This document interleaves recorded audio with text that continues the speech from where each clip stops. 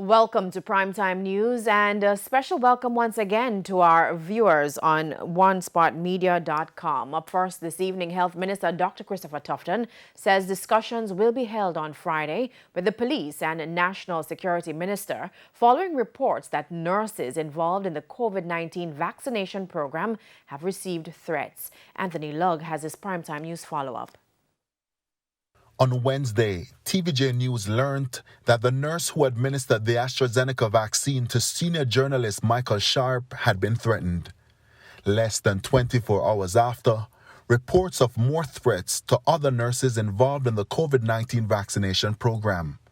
This was President of the Nurses Association of Jamaica, Patsy Edwards Henry, on the morning agenda on Power 106 on Thursday.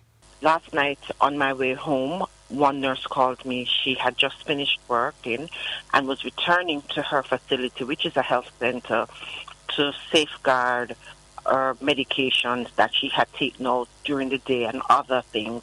And when she was going into the health center, a threat was hurled at her.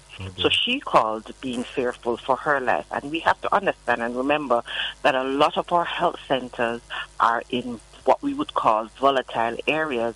Health officials have repeatedly underscored the importance of vaccination in the fight against COVID-19, but it appears those efforts are being hampered.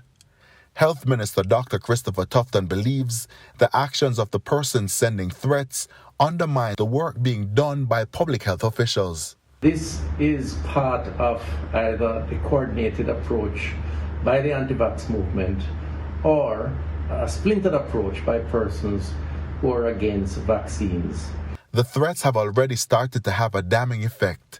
Mrs. Edwards Henry says the situation is affecting the nurses' ability to provide health care. And sometimes persons will just hear something and will just say something, and they say it just because, but they do not understand the impact that it has when they say things like this. So we have to be careful that moving forward as we go into the vaccination process, that we ensure that the nurses, while carrying out their duties, are safe and comfortable in doing so. So, as public health officials involved in the island's vaccination program continue to carry out their duties, what action will the government be taking to protect them? Dr. Tufton says the time has come to engage the police force and the National Security Minister.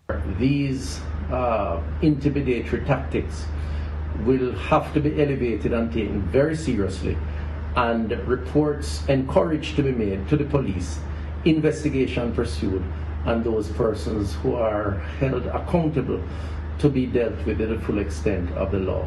Anthony Lugg, TVJ News.